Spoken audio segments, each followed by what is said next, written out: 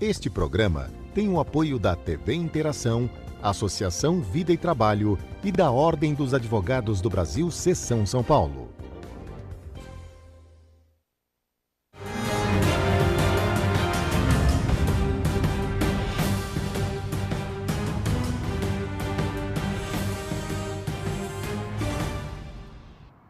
Alô, amigos, bem-vindos ao Gente que Fala. Estamos na TV aberta, canal 9 da NET, canais 8 e 186 da Vivo. Estamos na Rádio Trianon, AM 740 São Paulo e Rádio Universal, AM 810 Santos. Estamos no estúdio da TV aberta através da nossa fanpage facebook.com/programa Gente que Fala. Estamos na TV Guarulhos, canal 3 da NET em Guarulhos, 11h30 da noite. Nosso blog, gentequefala.com.br, nossos telefones 38766146, 5052-5555.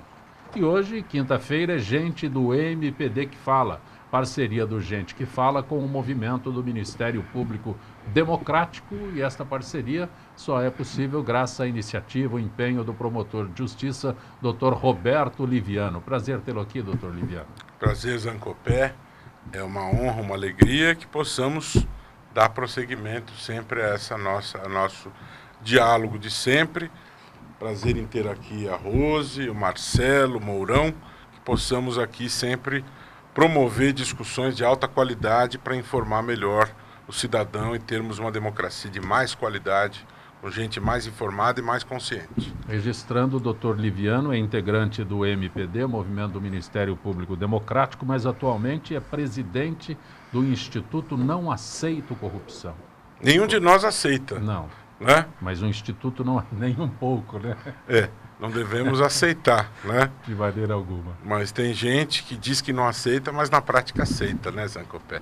Então nós precisamos repetir isso todos os dias e difundir uma cultura no sentido de rejeitar a corrupção. É que o senhor se antecipou, eu ia indignação. É que o senhor se antecipou, mas eu ia perguntar exatamente qual o resultado de alguém quando o senhor diz, olha, eu sou o presidente do Instituto, não aceito corrupção.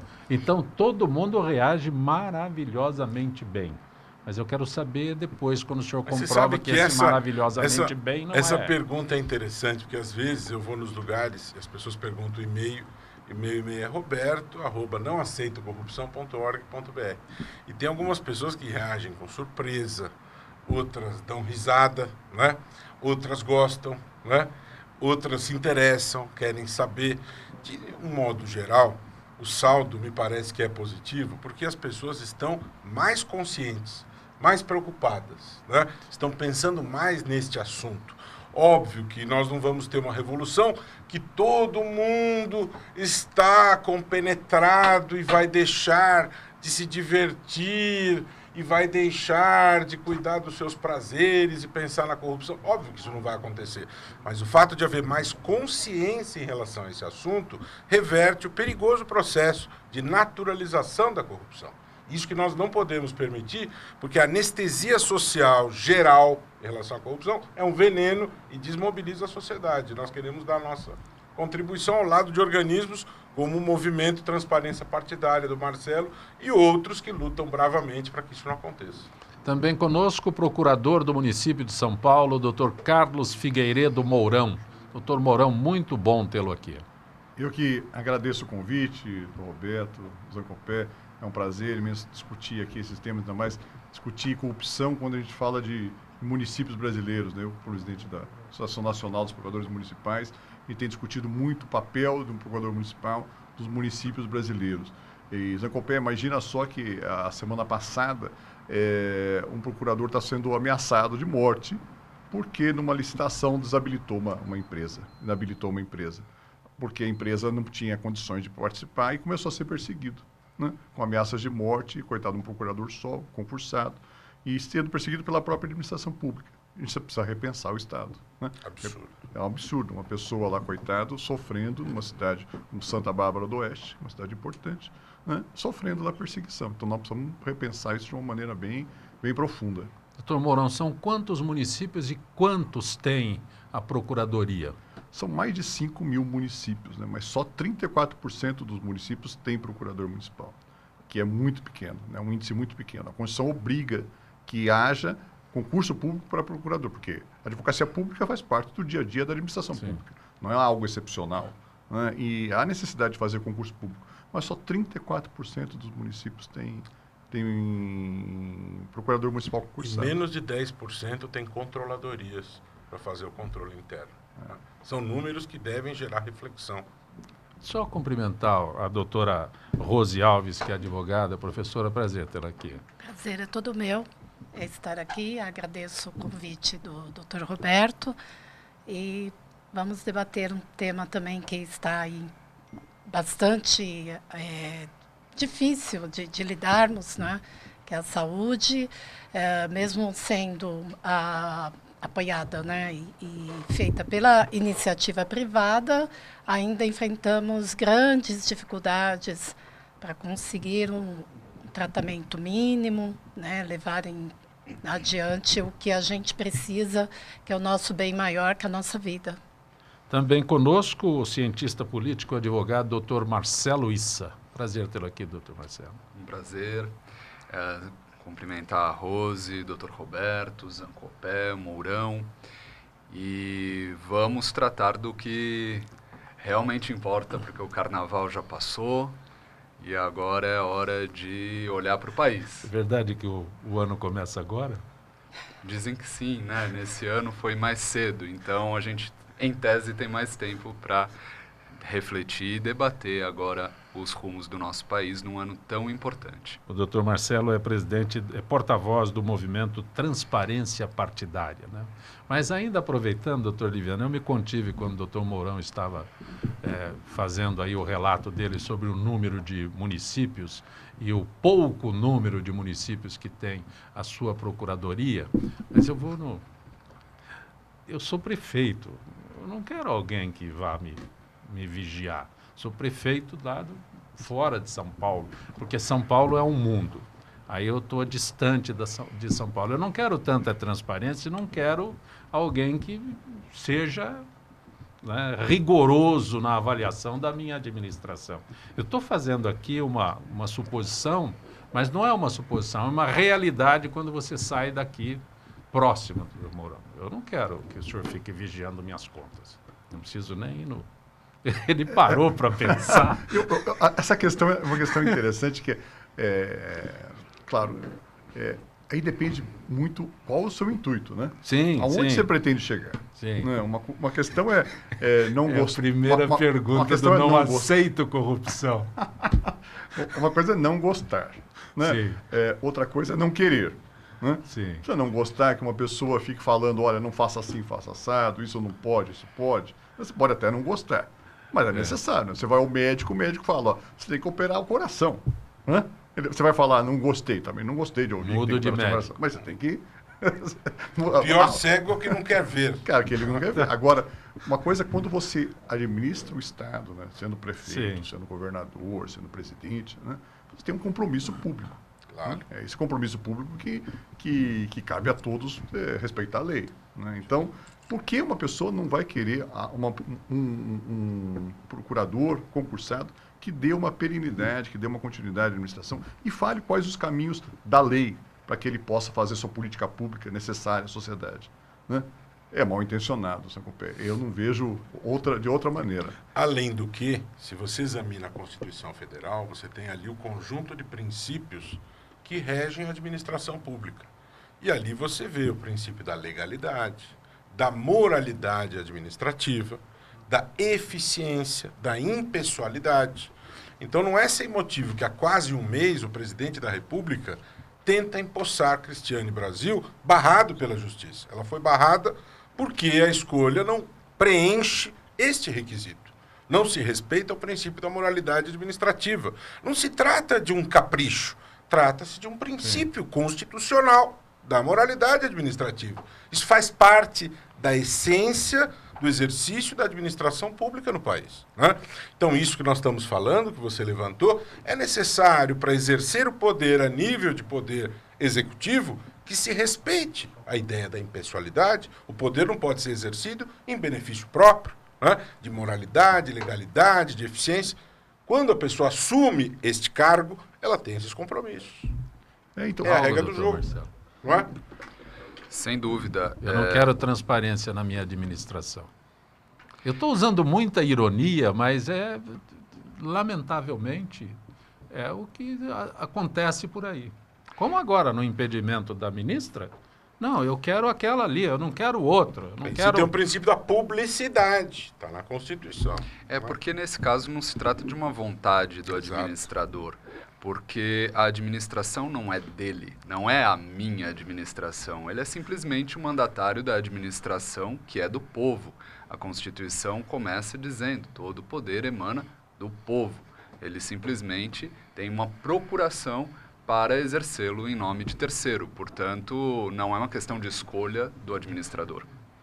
Ok. Algo, professor, a acrescentar? Nós estamos cercados, né, de atos de corrupção, e os que estão cada vez mais crescendo são, de fato, da própria administração pública. Como o Roberto falou, falta muita transparência e falta muita publicidade. Então, quando se indica uma pessoa a um cargo, deve-se passar para o povo quais são, né, as qualidades, né, entre aspas, daquela pessoa, qual é o currículo dela. Então, nós vemos que há um grande, vamos dizer, se engana muito o povo, né, porque não se passa transparência sobre a pessoa e não se divulga. Então, o povo não tem acesso a quem é aquela pessoa que está para ser empossada. Então, nós vemos que a dificuldade maior é isso. Teria que ser cumprida os requisitos lá da própria administração. Falta cultura da transparência, né? Olha, falamos de carnaval em instantes, mas no Rio de Janeiro, né, na Sapucaí, Michel Temer como vampiro na Paraíso do Tuiuti e um Crivella transformado em Judas na Mangueira deram a introdução, mas ninguém foi mais contundente na crítica a políticos corruptos, às mazelas sociais e a intolerantes de toda a ordem do que a campeã Beija-Flor, última escola a desfilar no Rio, com uma gorda ratazana carregando o Congresso Nacional e cenas de tiroteio em uma das alas. Seu maior diferencial foi incorporar ao desfile a pregação contra a intolerância, uma postura ainda mais corajosa nos dias de hoje. Doutor Liviano, doutor Mourão, doutor Marcelo, Olha, doutora eu Rose. achei extremamente interessante esta pauta que nós vimos, e não foi numa escola, né? Mais de uma escola se dedicou a isso. A Paraíso do Tuiuti tratou também da questão da escravidão, né? Você vê o tema da corrupção, da violência, da criminalidade, tratado de maneira ampla. Inclusive, a Beija-Flor foi a última a desfilar e foi a escola campeã, né? Então, aquela história do luxo, das cores, de um mundo maravilhoso, naqueles dias em que você esquece de toda a realidade, na verdade, nós tivemos algo diferente neste carnaval, né? A nossa dura realidade acabou sendo a pauta do carnaval. E foi a pauta do carnaval que foi o campeão do Rio de Janeiro, né? Que tem sido palco de um show de horror, né? Nós temos um ex-governador preso, nós temos tantos e tantos políticos do Rio de Janeiro presos, nós tivemos 5 dos 6 conselheiros do Tribunal de Contas presos, nós tivemos Carlos Nussmann, presidente do Comitê Olímpico, preso, nós tivemos Eduardo Cunha, que está preso do Rio de Janeiro, ou seja, nós temos ali um celeiro de gente praticando vários ilícitos. Nós tivemos na Assembleia Legislativa o povo sendo impedido de acessar a galeria em que seria discutida a manutenção da prisão de 3 deputados, o povo não podendo acompanhar uma sessão pública, com uma ordem judicial garantindo este acesso. Então, no Rio de Janeiro, palco desses shows de horrores, nós tivemos um carnaval em que estes assuntos foram os enredos, né? E a Beija-Flor foi a vitoriosa, de uma certa maneira. É interessante porque as pessoas que prestaram atenção nos desfiles estão olhando um pouco para isso. Isso vem de encontro às percepções das pesquisas de que a angústia da corrupção, que é protagonista no Brasil, também ela acaba ocupando os enredos, as preocupações do próprio carnaval, né? A Latino Barômetro, no final do ano, pela primeira vez em todas as edições da pesquisa, apontou num país da América Latina preocupação número 1, corrupção, e o país é o Brasil. 31% dos brasileiros têm como principal preocupação o tema da corrupção. Portanto, isso também ocupa a agenda do carnaval e é sinal de que não está o carnaval tratando de temas assim, nas nuvens, sexo dos anjos, carneirinhos e coisas fora da realidade, né? É a nossa dura realidade. E o Rio de Janeiro, infelizmente, tem sido palco recorrente destas tragédias todas, de uma criminalidade sem controle, de uma corrupção infinita, em que nós temos aí 2 ex-governadores presos e tantas lideranças políticas. Portanto, o carnaval, ele de uma certa maneira retratou estas cenas fortes que nós temos vivido, né? Marcelo, Mourão. Pois não, é bem interessante notar que o Carnaval do Rio de Janeiro, especialmente, retoma essa prática ou essa postura mais crítica em relação à realidade social. Nos anos 80, nos anos 90, nós víamos esse tipo de desfile com críticas à política, com críticas, inclusive, a segmentos religiosos, e isso parece estar voltando à tona. E é bom que seja assim, concordo com o Dr. Roberto, e é especialmente possível que seja assim porque nós nos preocupávamos bastante com a influência do financiamento empresarial das escolas de samba. Muitas escolas de samba, tanto no Rio quanto em São Paulo, passaram a buscar financiamento de grandes empresas, e o que, de certa forma, poderia limitar a liberdade de expressão dessas agremiações. Então é bastante benéfico, é bastante positivo que a liberdade de expressão das escolas de samba, dessa expressão tão genuinamente nacional, esteja voltando à tona.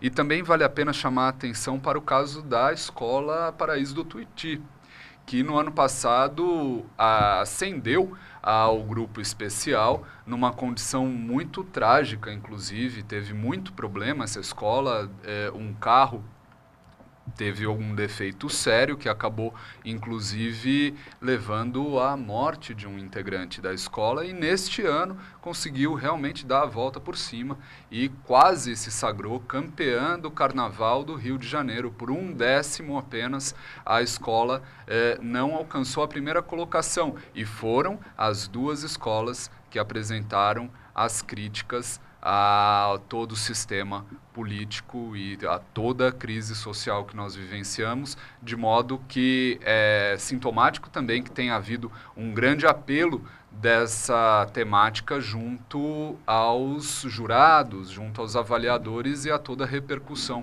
que houve na opinião pública, na linha do que o Dr. Roberto vinha dizendo, o tema da corrupção e da moralidade pública na ordem do dia em todos os segmentos da sociedade brasileira.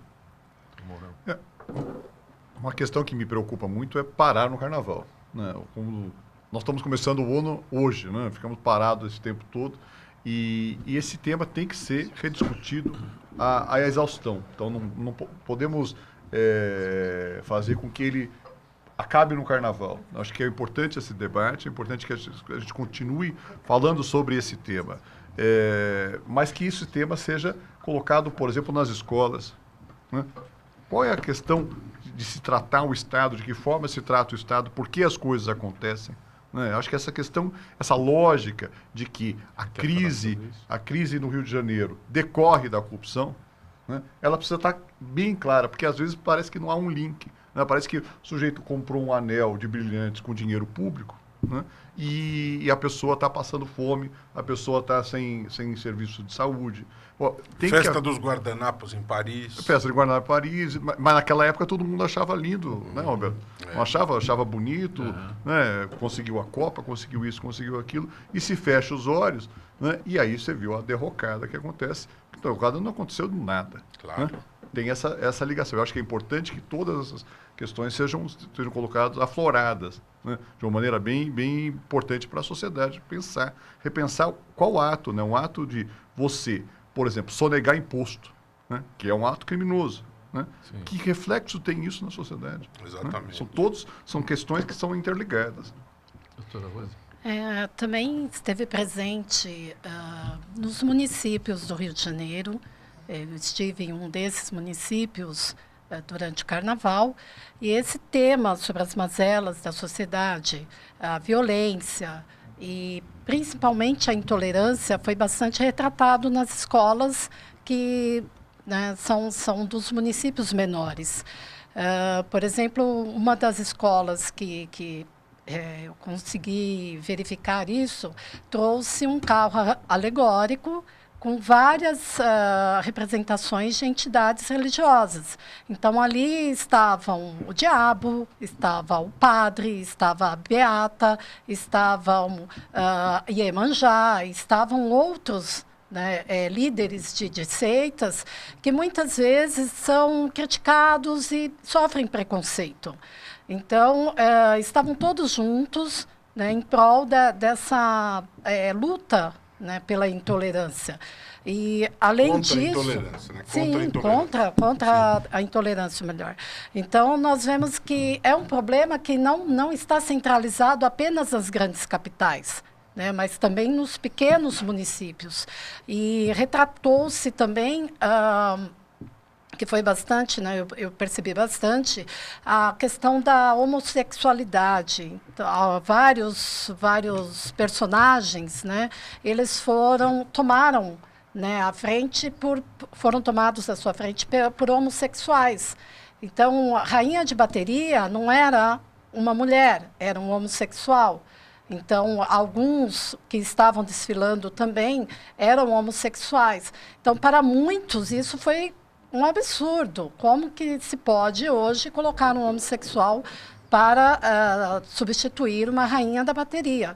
Então, novamente, nós batemos na questão aí da intolerância. A senhora foi julgadora, né, do Carnaval, Nova Friburgo. Nova Friburgo, e são escolas pequenas ainda, mas todas, com certeza, com desejo de acesso, né, aos grupos especiais. Mas nós vemos, por exemplo, Nova Friburgo foi uma cidade que em 2011 sofreu muito com as enchentes. Até hoje nós vemos ali os problemas, né, sociais, a pobreza nos morros.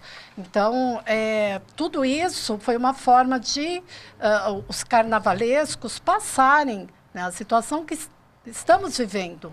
Então, não é só a capital, são vários municípios. Assim como há carnavais, por exemplo, na cidade de Santos, que também eles retrataram bastante a pobreza, haja vista que também é uma cidade, né, tomada por morros, não é? E, de certa forma, também violenta, onde se há muita corrupção, justamente por causa do Porto de Santos, né? Então, nós vemos aí, são casos que não se restringem mesmo. E, às vezes, nós fechamos os olhos ou achamos que está somente ali onde nós ficamos, e não é verdade. Essa questão dos municípios, né, eu tive, por causa do trabalho da associação, eu visitei muitos municípios do Rio de Janeiro. E você vê municípios que eram ricos por causa do royalty do petróleo e hoje estão pobres, né? Tendo em vista a queda do preço do barril, você vê que eles não utilizaram o dinheiro para a estruturação da cidade, do município. Né? Os municípios que estruturaram, então municípios ricos, estruturados, com educação. Mas eu fui no município de Campos de Goytacazes, entrei na prefeitura, é o caos. É o caos. Ali tem tradição, né? Ali é um dos que não quer um procurador de... Eu não posso nem contar o que eu vi lá. Se fosse possível, eu não quereria nem o Ministério Público. Não quer. Ali é um dos municípios que sabidamente não quer procurador municipal, não quer ninguém perto. Não quer ninguém procurando demais. Nada. Porque senão vai achar. Vai achar. Não, você entra na prefeitura, você vê. Né? Espera um pouquinho, aqui essa é uma cidade rica, como é que ela está, sabe, numa estrutura que é inacreditável. Uma das principais cidades do Rio. Inacreditável. Doutor Marcelo, quando se fala em transparência, o presidente Temer, né, não respondeu às perguntas de jornalistas sobre o diretor da Polícia Federal, Fernando Segovia. Se teria condições de seguir no cargo, após ter dito publicamente que um inquérito contra o presidente, ainda em andamento, será arquivado. Os jornalistas insistiram, tal, mas com toda a sua experiência, o presidente Temer sorriu e acenou. E o próprio ministro da Justiça também não compareceu ao pronunciamento à Se o mandatário imprensa. máximo só dá um sorrisinho, o ministro da Justiça não ia fazer nada. O diretor-geral da Polícia Eu me Federal dirigi a ele, mas não exclui os demais, por favor. havia dito, quando do escândalo da mala, já na famosa cena do ex-deputado Rodrigo Rocha Loures correndo com a mala com R$500 mil, que aquela evidência era insuficiente para caracterizar uma ilegalidade, e agora parece ter também se excedido e excedido mesmo na literalidade da palavra, no que tange às suas prerrogativas institucionais. Um delegado-geral de um órgão como a Polícia Federal não pode pronunciar-se a respeito de um inquérito em andamento antes da finalização desse procedimento. Da mesma forma que um promotor de justiça não pode tratar de um procedimento em andamento sob a presidência de outra instituição ou de outro colega. Parece de fato ter havido uma infração por parte do delegado-geral da Polícia Federal, o que, inclusive, fortalece um movimento já bastante intenso das notícias que nos chegam no interior da Polícia Federal, no sentido de pleitear autonomia para essa instituição orçamentária e gerencial, de modo que a indicação do seu chefe, do diretor-geral da Polícia Federal, não seja mais a atribuição do presidente da República. Essa medida poderia, a exemplo do que ocorre no Ministério Público, sem dúvida diminuir a interferência do Poder Executivo nesse órgão que tem se mostrado tão importante para o combate à corrupção no Brasil. Acho que o Marcelo colocou muito bem essa questão da autonomia das carreiras públicas. Dentro, você vai falar da AGU ou falar o processo de escolha do delegado-geral. Né? Nós temos um problema, porque é o braço direito do presidente da República que está defendendo os interesses quais? Né? Do presidente da República ou do Estado? Essa é a questão. Isso demonstra, é interessante esse fato, né, aparecer esse fato, porque ele demonstra bem qual o papel dele. Ele não está representando a classe dos delegados na defesa da busca da verdade, na defesa de buscar o criminoso, de encontrar. Não, ele está defendendo interesses públicos, se manifesta de maneira política, quando, na verdade, devia se manifestar de maneira técnica. Doutor Liviano, esse é aquele assunto que no começo eu não quero ninguém me vigiando. Aí eu coloco um amigo que vai cuidar da menor dificuldade para o meu governo. A questão interessante é que a cada dia, a cada acontecimento, o Brasil vai se notabilizando como um país em que nós temos aí uma abundância dos conflitos de interesses, né? E as pessoas vivenciam esses conflitos sem pudores, né? As pessoas vivenciam esses conflitos sem pudores. E além daquilo que o Marcelo e o Mourão disseram, é interessante lembrar o seguinte: como é que foi sacramentado o processo de escolha de Fernando Segovia, né? Quais foram os bastidores desta escolha? Quais foram os pais desta escolha? A mídia registrou que o grande padrinho de Fernando Segovia é José Sarney, porque Segovia atuou no Maranhão, né? O grande avalista do nome de Segovia foi Sarney. Os avalistas de Segovia são os denunciados do quadrilhão do MDB. Romero Jucá, Renan Calheiros, Eliseu Padilha e José Sarney. Essas pessoas todas foram denunciadas criminalmente por associação criminosa. O próprio presidente da República foi denunciado 2 vezes por corrupção, associação criminosa e outros crimes. E a ação penal só não seguiu porque não houve o quórum na Câmara dos Deputados. Não se sabe exatamente o contexto, que nem aquela coisa que se diz, nunca visite uma fábrica de salsichas, né? Então, não vasculhe muito para não saber exatamente o contexto desta falta de quórum nesta não aprovação. Mas é bom lembrar que em dezembro acaba o mandato do presidente Temer e essas ações penais poderão seguir, porque ele não terá mais foro privilegiado. Quando né? o Segovia diz que vai arquivar, não significa... Já está suspenso. É isso que eu quero terminar de comentar. Além disso que o Marcelo disse, a função de um delegado de polícia, e é bom lembrar que ele não atuou neste caso, não investigou, é um outro delegado que investigou, portanto é falta de ética comentar provas de um caso em que ele não atuou. Além de ser falta de ética, as provas são destinadas ao Ministério Público. Quem valora provas, quem verifica se as provas são suficientes para acusar ou arquivar, é o Ministério Público. Quem pede o arquivamento de um caso não é o delegado. Quem arquiva um caso não é um delegado. Importante que o telespectador saiba. No Brasil, quem arquiva um inquérito não é delegado. Quem arquiva é juiz, mediante requerimento feito pelo Ministério Público. Portanto, o senhor Segovia, ele parece aquele engenheiro de obra pronta. Né? A obra está pronta e ele vem e comenta, comentarista de inquérito, né? Comentarista de encomenda, né? Que foi ali posto pelo quadrilhão do PMDB. Primeiro, na posse, diz que uma mala de propina não é propina. Né? Uma mala de propina não caracteriza propina. Quantas são necessárias?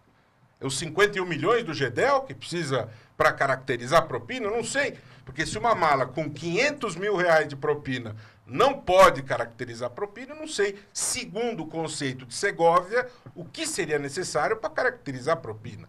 Então ele vai se notabilizando por ser um colecionador de pérolas, o que gera no seio da Polícia Federal um movimento bastante significativo contrário à permanência dele. Porque todo o patrimônio que foi construído de boa imagem da Polícia Federal perante a sociedade vai sendo deteriorado. Isto degrada a imagem da Polícia Federal por um indivíduo que se manifesta em momentos inoportunos, de forma antiética, como disse o Marcelo, de forma indevida, tá certo? E fazendo um desserviço. Dá a impressão que ele está, entre aspas, advogando a causa do investigado. Este não é um papel de um delegado de polícia. Para isso existem os advogados. E está advogando a causa do indivíduo que o nomeou. Temer é o investigado. Sim. Ele está dizendo que o inquérito em relação àquele que o nomeou deve ser arquivado. Onde é que nós estamos?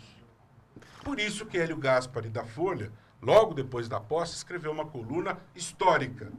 Por que não te calhas, Segovia? Foi o título da coluna de Hélio Gaspari. Pedi a gentileza dos senhores para conversar com a Gisele Souza, da FIPESP. Gisele, boa tarde. Boa tarde, Zancopé, e boa tarde aos debatedores do programa Gente que Fala. Gisele, relator muda texto da reforma da Previdência para conseguir apoio da bancada da Segurança Pública. Qual é essa alteração no texto? Então, Zancopé, a nova alteração beneficia viúvo ou viúva de policial morto em ação que passa a receber pensão integral e não mais um percentual do salário, como na versão anterior.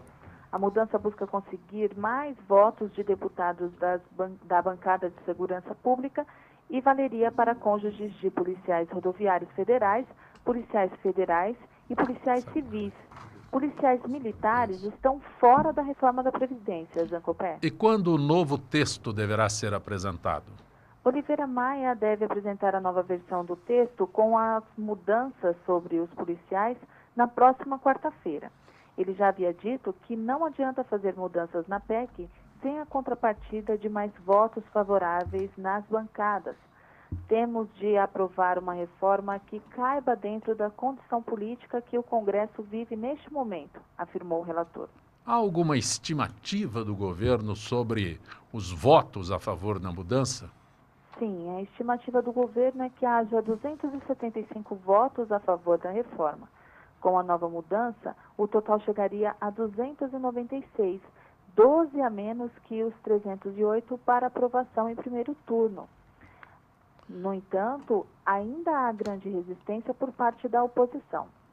Mas, Gisele, qual a movimentação dos deputados contrários a essa reforma? A nova mudança não altera a posição dos deputados contrários à reforma da Previdência.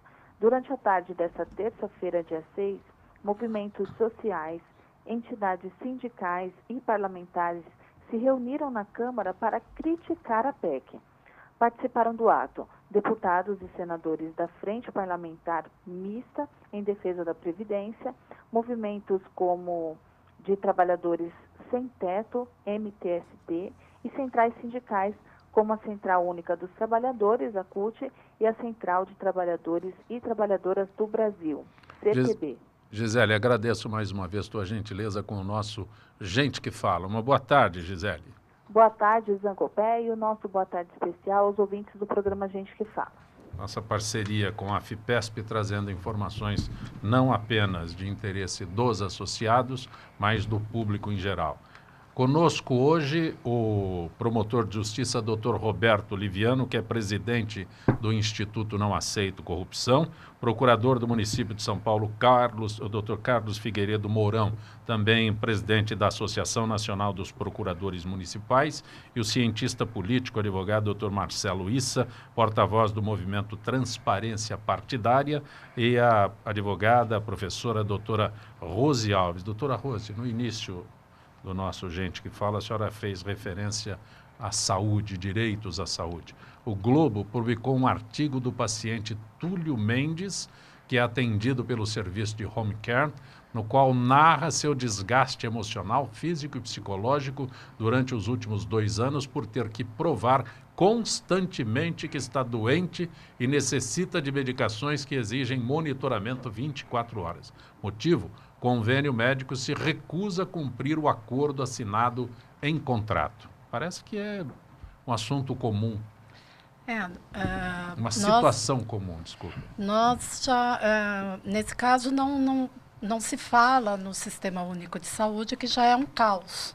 Então, as pessoas têm procurado a iniciativa privada para tentar um melhor atendimento, um melhor tratamento, uma melhor internação, se for o caso, e tentar prolongar o seu tempo de vida, até porque é o nosso bem maior, e sendo a saúde, sem a saúde nós não somos ninguém.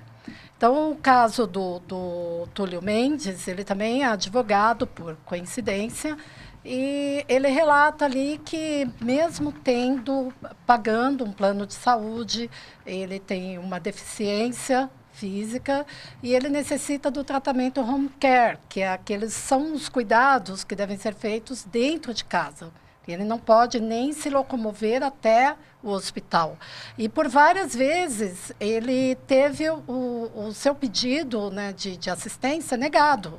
Então nós vemos aí uma questão constitucional, que é o caso do direito à saúde, que todo ser humano, né, tem esse direito, e mesmo ele não dependendo da saúde pública e pagando caro, porque não é barato um convênio, ainda mais neste porte de precisar uma assistência doméstica, né, no seu próprio lar.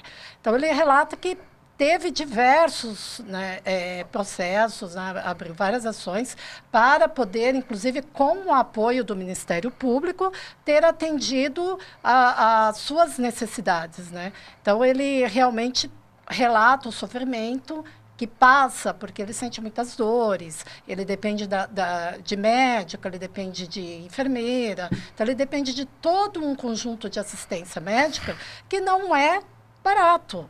E que está amparado também pelo Código de Defesa do Consumidor, porque é uma relação de consumo. Então, ele fez um contrato, né, de prestação de serviços e esse contrato simplesmente ele não é cumprido. E a própria legislação ela apoia que seja cumprido independente se o paciente ele já tem uma doença pré-existente, independente de quanto tempo ele vai levar para que seja feito o tratamento, de repente uma melhora ou até mesmo uma cura. Só que nós, humanos, não podemos prever isso. É o caso do Túlio Mendes, porque ele não tinha como prever. Ele não sabe quanto tempo que ele vai depender desse tratamento. E ele é apenas um em milhões. Deixa eu dar uma de Zancopé. A Justiça tem atendido esses reclamos das pessoas contra o plano de saúde em situações como tem havido resposta Então, Roberto, positiva? muitos não conseguem.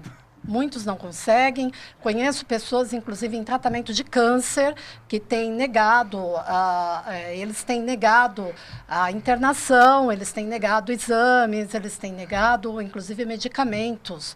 E isto entrando-se diretamente com uma ação, né, na justiça. Então, mesmo com tudo isso, virou uma brincadeira, porque existe a lei, eles não cumprem a lei, e o paciente que tanto necessita, que tanto, né, prioriza a sua vida, fica aquém, né, fica aí jogado e, às vezes, correndo um risco de morte. O doutor Liviano foi gentil. Na verdade, o plano de saúde dá um prazo para o cidadão morrer no hospital ou mata a família no banco. É assim que funciona o plano de saúde, que, lamentavelmente, este cenário existe hoje em dia e não há o que se possa fazer. Ainda que num caso aqui, né, ele está amparado por todos os lados, menos pelo plano de saúde. Sim, e nós sabemos que essas grandes operadoras, elas têm um lucro fora do comum. Então, não pode-se dizer que faltam recursos, porque muitos pagam e não utilizam esse plano. A lei deveria ser cumprida independente, né, disso também. Mas nós vemos que é tudo muito largado, né? E não há interferência do poder público para que seja feita alguma coisa. O Ministério Público até tenta, né, como o caso dele, e o fato, né, do paciente ser um advogado também facilita. Mas e as pessoas que não têm esse conhecimento, né? Registro aqui, antes que eu atenda alguns ouvintes que estão ligando, agradecendo a Oliveira Andrade e cumprimentando pelas novas funções. Oliveira, jornalista, brilhante, né, com novas funções agora, e nosso companheiro sempre aqui no Gente que Fala. Um abraço, Oliveira. Parabéns, merecida a responsabilidade que você tem agora. Doutor Liviano, dia 18, tem uma pergunta do Jaime ali, mas é dia 19 do mês que vem, lançamento do livro Corrupção. Não teria Não Aceito Corrupção? O nome do livro é Corrupção. Corrupção. Tem muita parceria para fazer um livro com esse título. Teria fontes inesgotáveis. Mas então, o combate à corrupção. Isso, é a terceira edição do livro, Corrupção, que será lançado na Livraria Cultura do Shopping Iguatemi. E o Deltan Dallagnol estará participando de um debate comigo nessa ocasião. Estão todos convidados. Essa terceira edição ela foi ampliada, algumas questões foram incorporadas do debate que eu venho travando ao longo desses anos. A última edição de 2014, de lá para cá, aconteceu a Operação Lava Jato e muita coisa que vem mudando a história do país em relação a esse tema. O prefácio do livro é do Sérgio Moro, cujo texto eu recebi anteontem, está excelente. Todo mundo está convidado a participar do lançamento a partir das 17 horas, de debate com o Deltan a partir das 18. O Jaime do Jardim Bonfilholi pergunta ao senhor em que medida o Ministério Público poderá se manifestar em relação aos desfiles na 23 de maio. Aí ele cita o acesso da 23 de maio a grandes hospitais na região. Jaime, obrigado pela sua participação, sempre fiel aqui ao programa. Um grande abraço a você. Na verdade, não houve desfiles, houve blocos, né? Blocos, e São Paulo está fazendo o seu marketing, se orgulhando de dizer que é o segundo maior carnaval do país, apenas atrás do Rio de Janeiro, né? E esta é uma questão realmente difícil, Jaime, porque você não tem soluções perfeitas. De um lado, a diversão das pessoas, os blocos, o momento do carnaval, o momento do entretenimento. Por outro lado, o direito das pessoas se locomoverem, né? O que o poder público deve fazer? Deve procurar encontrar os caminhos para assegurar o direito à locomoção, o acesso aos hospitais, e aí procurar fazer isso através dos meios alternativos, né? Isso cumpre ao serviço do órgão público de procurar os meios alternativos para chegar até os hospitais, né? Eu acredito que, logo após o Carnaval, deva haver uma reunião para avaliar tudo aquilo que ocorreu, quais foram as ocorrências e planejar o próximo ano. Isso é uma questão que eu sempre gosto de insistir. No Brasil falta a cultura do planejamento. Quais foram os acertos, quais foram os erros, o que deve ser feito do ponto de vista logístico em relação ao próximo ano? O que, do ponto de vista urbanístico, deve ser organizado em relação a isso? É possível continuar permitindo que os blocos estejam acontecendo na 23 de maio? Tudo bem. Se isto é prejudicial ao direito dos cidadãos, que não aconteça mais lá. Tem que se encontrar uma solução que seja razoável, de bom senso, planejada, e que respeite aos direitos dos paulistanos, né? E o Ministério Público deve ser ouvido, deve participar desse debate. Imagino que a Promotoria de Habitação e Urbanismo esteja envolvida, ou seja, fazer uma avaliação dos acertos, dos erros e procurar a melhor solução. Por exemplo, na Paulista, existe uma opção estratégica restritiva ao número de eventos que fecha a Paulista. Você fecha a Paulista no Réveillon, fecha a Paulista na São Silvestre, fecha a Paulista na Parada Gay. Fora disso, não se fecha a Paulista. Então, é uma questão de planejamento, de estratégia. A mesma coisa deve acontecer em relação a 23 de maio. Não há uma regra absoluta que sempre a 23 vai ser fechado por causa do bloco. Tem que avaliar, tem que verificar o que pode, como é que não é. Não pode ser tratada de forma dogmática. De forma inteligente, racional e procurando respeitar os direitos das pessoas.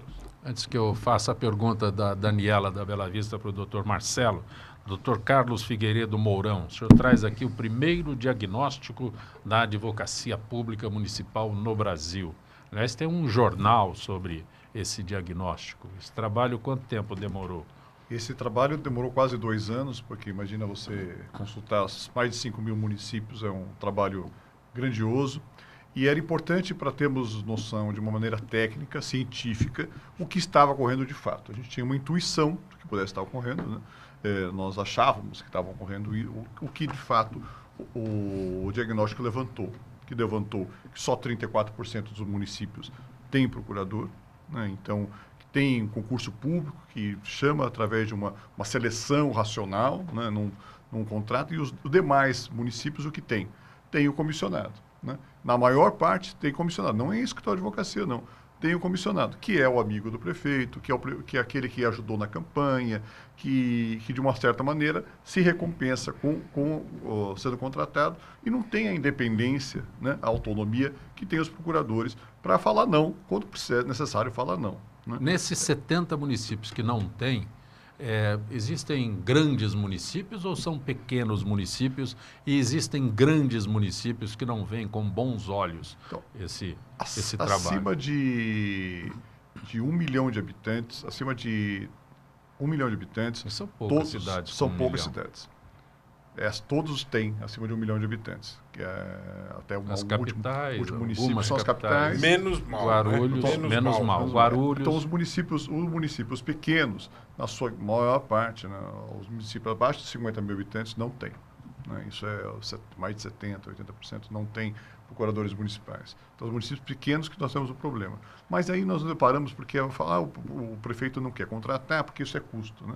Nós deparamos que o comissionado, a média remuneratória dos comissionados nesses municípios abaixo de 50 mil habitantes é superior à média remuneratória do procurador municipal nesses municípios de 50 mil habitantes. Porque tem município de 3 mil habitantes que tem procurador. Faz concurso público, tem prefeito sério. Então, e aí paga um salário pequeno, mas tem um procurador lá que dá uma continuidade. E, enquanto na maior parte, eu já vi contratos do Rio de Janeiro, dos municípios do Rio de Janeiro, contratar via RPA, pagamento autônomo, não entra nem nenhum tipo de controle dentro da administração pública e paga o quanto quer. E aí isso é um descalabro absurdo. Pode ter uma taxa de oxigênio aí, né? Doutor Marcelo, Daniela da Bela Vista pergunta sobre a sua posição de um juiz que receba auxílio moradia mesmo morando em casa própria? Veja, o auxílio existe para financiar um aluguel, no caso de o servidor operar ou desenvolver suas funções numa localidade onde não tem residência, onde não é proprietário de nenhum imóvel. Do contrário, de fato, não faz sentido. Uma distorção da finalidade dessa medida, dessa ajuda. Alguns juízes, alguns funcionários públicos que recebem esse tipo de auxílio têm justificado que seria uma forma de compensação pela falta de aumento salarial. Me parece um pouco forçação de barra caminhar nesse sentido, porque muitas carreiras públicas não têm reajustes há muito tempo e nem por isso recebem esse tipo de auxílio quando não há necessidade, né? Que é o caso especificamente levantado pelo ouvinte. O juiz mora na cidade, tem um imóvel e ainda assim recebe o auxílio moradia. É difícil explicar isso para um estrangeiro. Eu quero fazer um comentário sobre isso, porque eu percebo nitidamente que esse tema tem sido eleito como um instrumento de transformação do sistema de justiça em vilão, né? Houve o uso desse assunto para transformar em vilões duas pessoas que têm sido fundamentais no combate à corrupção no Brasil, como Marcelo Bretas e Sérgio Moro, né? Eu não estou dizendo, como bem colocou o Marcelo, que o assunto possa ter estas ponderações que ele colocou com propriedade. O sistema remuneratório das pessoas da justiça, como é pago por dinheiro público, isso deve ser discutido com as cartas na mesa, com lealdade. Não há problema em discutir isso. A questão é que a forma como isso está sendo tratado, a meu ver, o objetivo é nítido. O objetivo é desqualificar o Ministério Público e a magistratura. Está se focalizando este tema para que o trabalho de combate à corrupção seja desmoralizado. Tanto enfoque se dá a isso com este objetivo. Não ouço se falar, por exemplo, que um deputado tem 25 assessores, sendo que os deputados têm gabinetes de 20 metros quadrados, onde humanamente cabem 3 assessores. E os demais muitas vezes trabalham na base para eternizá-lo no poder. Não escuto se falar, por exemplo, que um senador tem 75 assessores. Não escuto falar que os políticos circulam de jatinhos da FAB. Disso não estou escutando se falar. Que um deputado, depois de 6 meses, ele tem plano de saúde vitalício, pago por dinheiro público. Será que o problema do Brasil é o auxílio moradia? Porque os deputados não pegam fila em lugar nenhum. Quem que é o privilegiado? Será que é o juiz, o promotor, ou quem usa jatinho da FAB para ir para todos os lugares? Então, as coisas precisam ser discutidas com maturidade e lealdade. O problema do país, nós precisamos ajustar uma série de coisas e tudo pode ser debatido de maneira correta, leal, cartas na mesa, de maneira equilibrada. Não com manada que quer, na verdade, desqualificar aqueles que combatem a corrupção. De repente está se falando da casa do Bretas, da casa do Moro, como se o Moro, de um dia para o outro, se transformasse no pior magistrado, porque ele tem uma casa e recebe auxílio moradia. Ele recebe auxílio moradia porque ele foi concedido por uma liminar dada por um ministro do Supremo. Se é moral ou não é moral, é um outro juízo de valor que pode ser feito, como bem colocou o Marcelo Issa, com propriedade, de uma maneira equilibrada, serena, justa, sem histrionismo, tá certo? E sem vilanizar a justiça. Vamos olhar outras questões aí, né? Será que um deputado, depois de 6 meses, receber plano de saúde eterno, pago pelos cofres públicos, é plausível? Uma aposentadoria eterna depois de um mandato? Será que não é isso que é privilégio? Não sei, tenho minhas dúvidas. Hoje, Em até, um minuto. o Eugênio Butti escreveu a respeito dessa questão, porque hoje o servidor público, de uma maneira, está sendo o vilão da história. Sim. Né? Mas será que é verdade isso? Será que ele é o vilão? Será que é o causador da crise? Né? Causador do déficit no governo federal? Será que foi ele que criou isso? Né? Criou o déficit? Não é verdade. Essa história do déficit. Será que existe déficit? Será que o Brasil pode abrir mão, por exemplo, da receita de tributos de igrejas, que é imune, para bispos morarem em castelos? Porque a igreja não paga e o bispo mora em castelo. O clube não paga.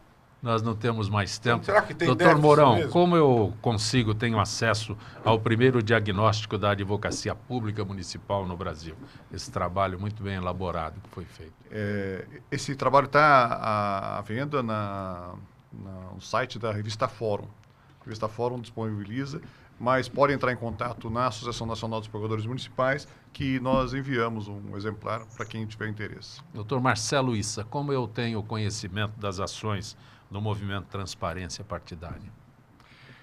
Por meio do nosso site, transparenciapartidaria.org, sem o BR, e também por meio do Facebook, facebook.com/transparência partidária. Estamos chegando ao final desta edição de Gente do MPD que Fala, uma parceria que é possível graças ao promotor de justiça, Dr. Roberto Liviano, que está conosco, agradecendo também a advogada, a professora doutora Rose Alves, o Dr. Carlos Mourão e o advogado Dr. Marcelo Issa, que participaram desta edição de Gente que Fala. Estaremos de volta amanhã, sempre com direção do jornalista Fausto Camunha. Gratos, até lá.